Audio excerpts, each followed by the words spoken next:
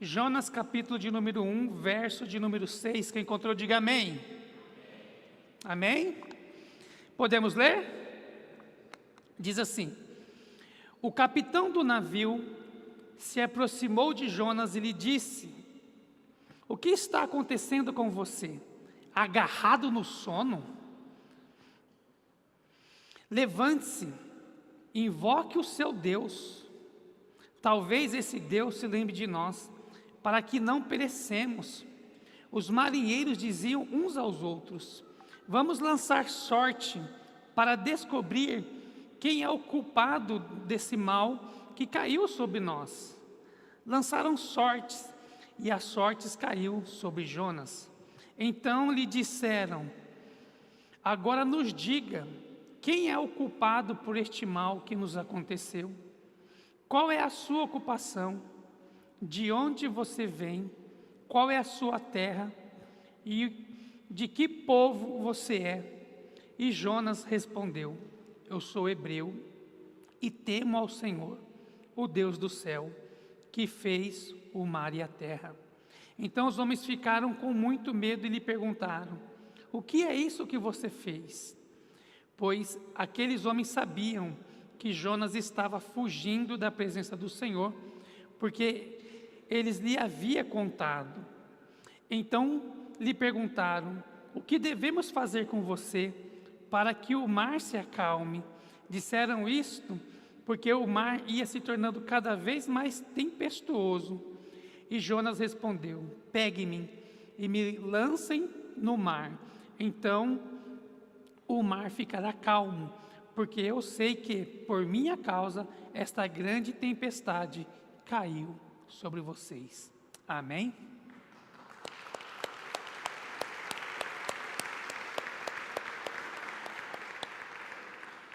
Vamos orar?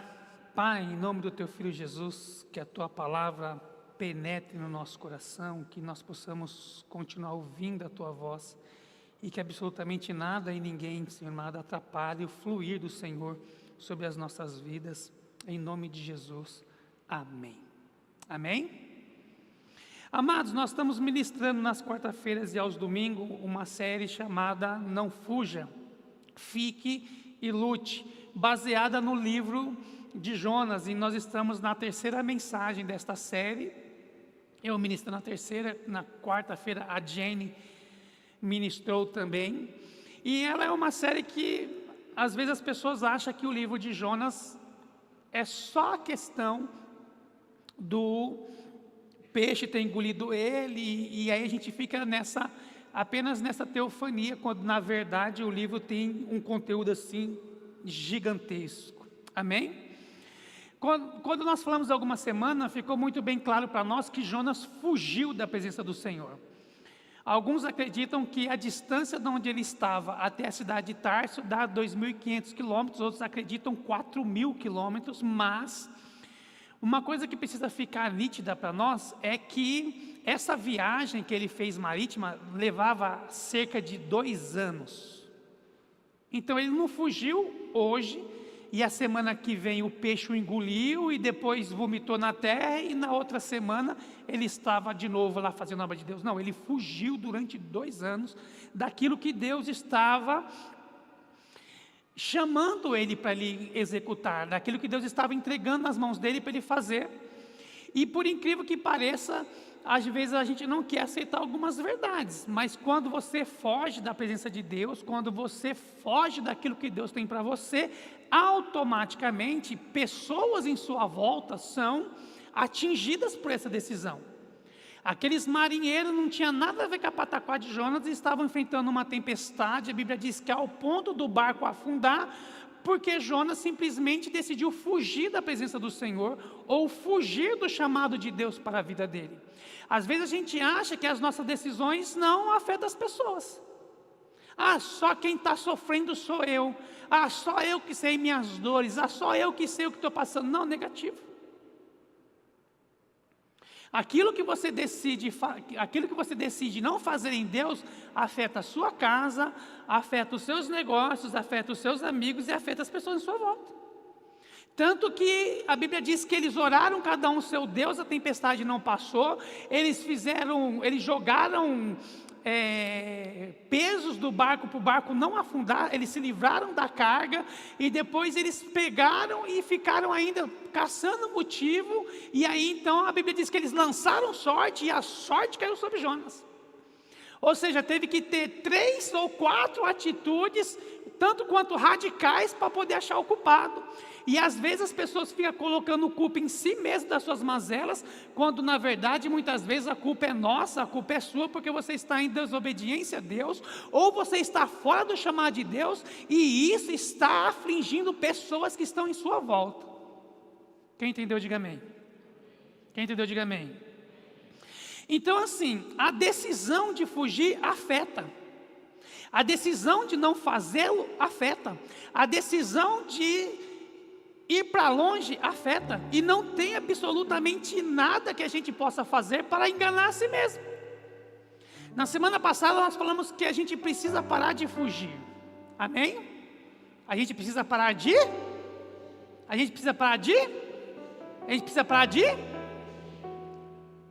E hoje, você precisa parar de se esconder. Diga assim comigo: eu preciso parar de se esconder. Quem está me entendendo? Como foi que Jonas se escondeu? Primeiro, ele se escondeu praticando o jejum do silêncio.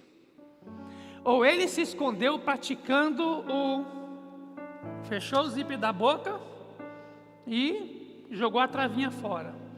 E quantas vezes nós nos escondemos de Deus porque nós não queremos falar com Ele, porque nós sabemos que temos culpa no cartório. E aí você não quer orar porque você já sabe a resposta. Então você vai pedir algo a Deus, mas como que eu vou pedir se eu estou devendo a gregos e a troianos? Como que eu vou fazer se Deus me deu uma missão e eu não cumpri? Jonas se escondeu no silêncio. Os marinheiros oraram ao seu Deus, Jonas não orou ao Deus dele. E muitas vezes o mundo está desabando em sua volta. Está lá o macumbeiro tentando salvar a empresa, está lá o espírita invocando os mortos, está lá o católico acendendo as suas velas, e você que tem um Deus verdadeiro, você fica em silêncio vendo o barco afundar. Às vezes a sua família está um caos. Gente desviando, gente deixando de servir a Deus, gente andando com Deus a passos longínquos. Vem uma vez na casa de Deus, uma vez aqui, uma vez acolá. Gente que está se afastando da comunhão, gente que está fazendo tantas coisas, e você tem dentro de você o Deus verdadeiro e você se cala. E o que é pior é quando os marinheiros chegam para Jonas e falam: ora você ao seu Deus. E Jonas não ora.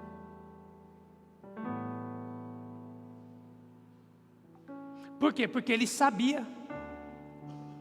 Ele sabia o que ele tinha que fazer. Ele sabia para onde ele tinha que ir. Ele sabia qual que era a missão de Deus para a vida dele. Mas ele se calou. E por muitas e muitas vezes a gente se cala. E o problema é que quando a gente não tem uma resposta para dar para as pessoas em nossa volta, quando nós não temos uma resposta para dar para as pessoas perto de nós, o que a gente faz? A gente se esconde no segundo aspecto, que é o sono. Jonas foi dormir. Quem aqui já usou essa frase? Dorme, meu filho, que a fome passa. Os filhos de Francisco. E por muitas e muitas vezes a gente usa o sono como desculpa para aliviar a dor. Por muitas e muitas vezes nós usamos o sono como desculpa para poder nos anestesiar da nossa consciência, das nossas decisões, ou das coisas que nós estamos fazendo, e a gente vai dormir para ver se passa logo, para quando a gente acordar, ter a sensação de que está tudo novo. Mas quando eles acordaram Jonas, a tempestade ainda estava lá. Até quando você vai ficar dormindo? Até quando você vai ficar dormindo achando que o sono vai resolver os seus problemas? Até quando você vai ficar dormindo achando que Deus vai levantar uma pessoa para levar para Nínive? Porque se Deus ama Nínive, Deus não vai deixar a cidade morrer por culpa de mim ou por culpa sua. Mas se Deus ama Nínive, Deus vai mandar alguém lá. E aí quando eu voltar para minha cidade vai estar tudo resolvido, porque Deus levantou outra pessoa. Porque já que eu fui para longe, então não vai dar tempo de salvar. E se mesmo longe Deus está me caçando, então agora eu vou me esconder. Porque escondido eu vou me livrar disso. Tem um versículo no livro dos profetas menores que diz assim: se você se esconder nas estrelas, de lá te derrubarei. Se você se esconder no mais profundo mar, lá eu te acharei. Se você se esconder nas estranhas da terra, de lá eu te arrancarei. Não existe lugar que você possa escapar das minhas mãos. Mostrando que mesmo que a gente use esconderijo, mostrando que mesmo que a gente tente fugir e escapar, Deus sempre vai estar atrás de você. Jonas se escondeu no porão. No porão do barco ele se escondeu e ficou lá escondidinho num canto, até pegar no sono, até ser descoberto pelos marinheiros. Por muitas e muitas vezes nós nos escondemos da missão de Deus nos buracos da vida. Quando alguém chega até você e fala: olha, vamos resolver isso, e você fala: me deixa em paz, me deixa quieto no meu canto, me deixa quieto no meu lugar, não vem aqui não, que hoje eu estou com a macaca. Quantas e quantas vezes a gente se encontra em buracos, a gente se coloca em buracos, a gente vai para os porões da vida, porque a gente quer se esconder do chamado de Deus.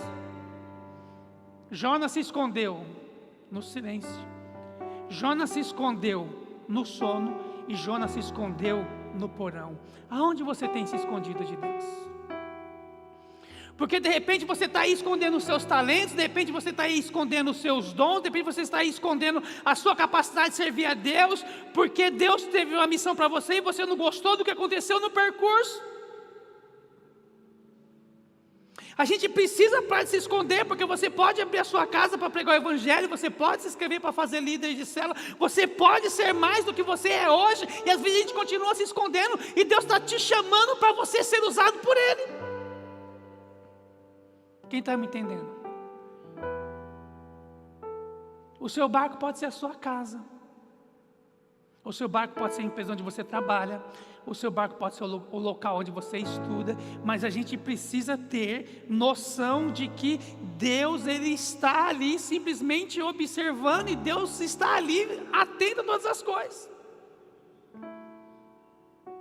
E qual que é a boa notícia? Qual que é a boa notícia?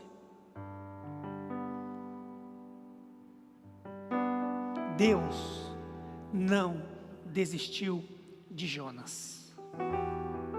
Olha para o irmão que está do seu lado e fala da forma mais forte possível que você possa falar nessa noite, e diz para ele assim: Deus não desistiu de você. De novo, mais uma vez, Deus não desistiu de você. Assim como Deus não desistiu de Jonas, Deus não desistiu de você. Assim como Deus não desistiu de Nínive, Deus não desistiu de você. Ainda que as tempestades estão te cercando, ainda que o barco da sua vida está a ponto de se afundar, Deus não desistiu de você. E Deus não desistiu de você por amor a Nínive, mas Deus não desistiu de você por amor a você. Deus te ama. Porque Ele sabe da sua capacidade, porque Ele sabe dos seus medos, Ele sabe dos seus temores, Ele sabe das suas neuroses, Ele sabe da capacidade que você tem de fugir, mas Deus sabe que Ele está acima de todas essas coisas, e Ele te trouxe aqui nessa noite para dizer para você que eu sou o seu Deus e eu não desisti de você. Não importa o que você fez, não importa se a sua decisão mês passado, mês anterior ou no ano retrasado afetou alguém, machucou alguém, e você ainda se culpa por causa disso, Deus está dizendo: eu não desisti de você. Eu ainda tenho planos para a sua vida, eu ainda tenho obras para a sua vida. Eu não vou escolher ninguém para mandar para Nínive, porque eu conto com você, porque eu não desisto de você. Deus não desiste. Deus não desistiu de Jonas, mesmo Jonas indo para longe. Deus não desiste de você. Deus não desistiu de Jonas quando Jonas se calou. Deus não desiste de você no seu silêncio. Deus não desiste de você mesmo quando você está com raiva dele. Deus não desiste de você porque ele sabe que é você que é a solução de Deus para aquilo que ele precisa. Então por que você ainda se mantém calado? Por que você ainda se mantém com medo? Por que você ainda se mantém sem esperança? Ainda que você se esconda nos porões da vida, e Ele está dizendo para você: ei, pode correr para onde você quiser, eu não vou desistir de você. Pode ir para onde quiser, eu não vou desistir de você. Pode fazer o que você quiser, Deus não vai desistir de você. Você já teve o dessabor de colar um chiclete no seu tênis, no seu sapato? Já teve? Você andou, pisou no chiclete, e quando você levanta vem aquela cola atrás? Já teve? Não é ruim? Não é ruim? É ruim ou não é ruim? É ruim que você fica toda hora, você fica pleque, pleque, pleque, pleque. Aquele chiclete não desistiu do sapato. Deus não desiste de você. Deus não desiste de você porque Ele está imprimindo a identidade dEle em você. Ah, pastor, mas eu fujo. Ah, pastor, mas eu me calo. Ah, pastor, mas eu me escondo. Mas Deus não foge, Deus não se cala e Deus não se esconde. Ele continua acreditando em você. E Ele acredita. Ele acredita até no Genilson que está de volta, quanto mais em vocês. Deus acredita. Ele acredita de uma forma poderosa, Ele acredita de uma forma maravilhosa, e Ele cria meios para mostrar isso para a gente. E Ele está dizendo para você: pode levantar, pode levar o tempo que for, pode levar o tempo que for, você pode ficar, entre aspas, trancado no seu mundinho, mas eu não vou desistir de você, porque eu sei que eu não errei quando eu te escolhi.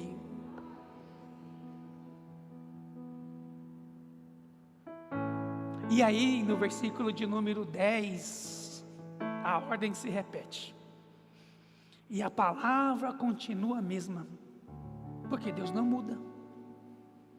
Não são as nossas decisões, ou não são as nossas escolhas que determinam a mudança de Deus para as nossas vidas. Mesmo com as nossas decisões e mesmo com as nossas escolhas, Deus não muda a opinião dele a nosso respeito.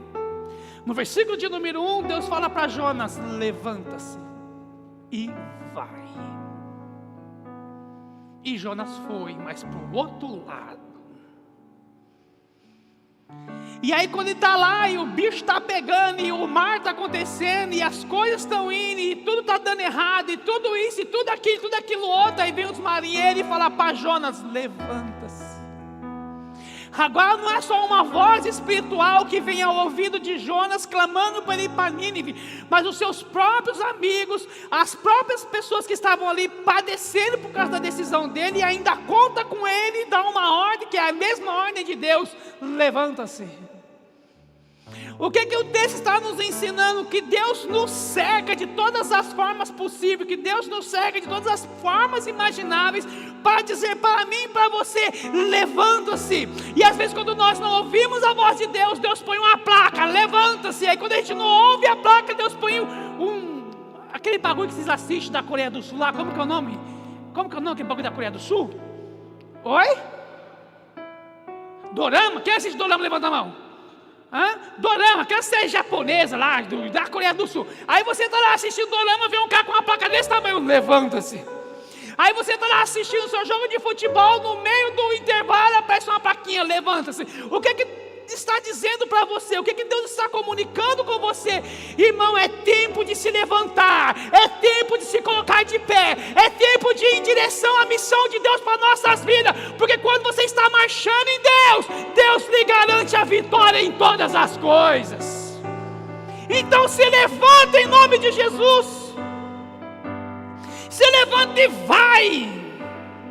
Mas eu não sei o que vai acontecer. Isso não é um problema nosso, não é um problema seu, isso é um problema de Deus. Mas se você for, tudo que você precisar, Deus vai garantir durante a sua caminhada.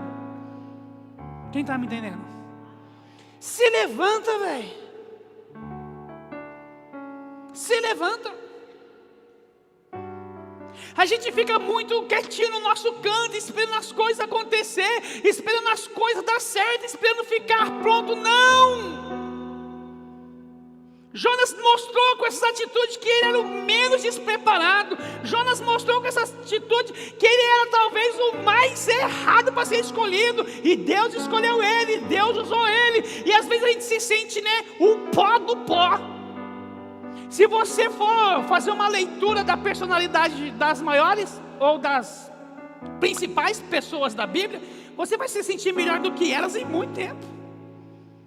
Moisés era fanho.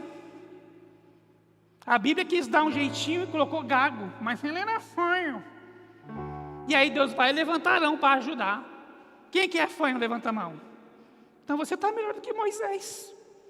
E a gente fica arrumando defeito, não vou por causa disso, não vou por causa daquilo, não vou por causa daquilo outro, não vou por causa daquilo outro. E Deus está dizendo para você, levanta-se, se coloque de pé, comece a caminhar em direção à missão, comece a caminhar em direção a ganhar vidas, comece a caminhar em direção ao seu chamado, comece a caminhar em direção àquilo que eu tenho para ti, e você experimentará um tempo especial da presença de Deus. Por que você continua sentado na sua vida? Por que você continua ainda sentado na sua vida? Por que você ainda continua esperando o profeta vir não sei de onde? Por que você ainda continua insistindo em coisas que Deus está dizendo diretamente para você? Até quando eu vou ter que ficar usando as pessoas para dizer para você, se levanta, meu filho, bora, para frente. Fecha a camisa da missão e vai, e você experimentará o meu mover. Você tem que olhar para as coisas que Deus já realizou através da sua vida, e dentro disso você vai perceber que Deus continua com os planos dele certinho para a sua vida. Só você que tem que parar, se levantar e ir para onde Deus quer que você esteja. Amém? Sabe por quê? Se a gente não se levantar, põe a mão assim no seu nariz. Põe a mão assim no seu nariz. Isso. Põe a mão assim no seu nariz. Isso. Obedece seu pastor. Põe a mão assim no seu nariz. E fala assim comigo assim: eu não vou sair pelo lugar que Jonas saiu. Deu para entender? Jonas não saiu por cima. Muitos acreditam que ele saiu por baixo. Das entranhas do peixe, Deus fez cuspir Jonas na terra. Até quando a gente vai ficar experimentando tempestades? Até quando a gente vai ficar causando problemas para outras pessoas em nossa volta? Até quando a gente vai ficar sentado vendo os outros clamar os seus deuses, quando a palavra de vitória já está com você? Então levanta-se. Deus acusou Jonas de ter atrapalhado a viagem dos marinheiros, daquele barco. Deus acusou Jonas de ter atrapalhado Não. Deus pôs culpa no Jonas porque eles tiveram que se livrar da carga para o barco não afundar? Não. Deus cobrou Jonas porque ele fugiu? Não. Deus tacou na cara de Jonas que ele fugiu? Não. A ordem continua a mesma do versículo de número 1. Se levanta.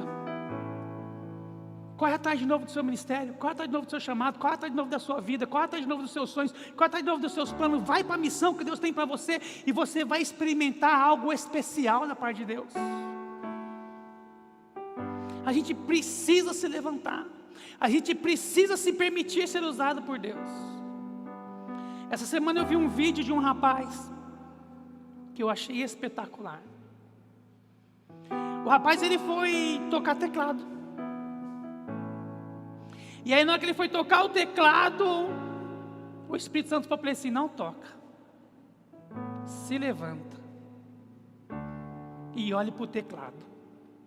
E ele se levantou e ele ficou olhando para o teclado, e o Espírito Santo perguntou para ele: para esse teclado funcionar, o que você tem que fazer? Ligar. Para esse teclado sair som, o que você tem que fazer? Aumentar o volume. Para esse teclado emitir uma melodia, uma música, que você tem que fazer? Tenho que tocar as teclas. Para que esse teclado seja um teclado, o que você tem que fazer? Eu tenho que usá-lo. E qual que é o valor desse teclado? Cerca de 20, 30 mil reais. Então o teclado é caro, ou pode ser um teclado barato. E aí o Espírito Santo falou para ele assim: ó, você é o meu teclado.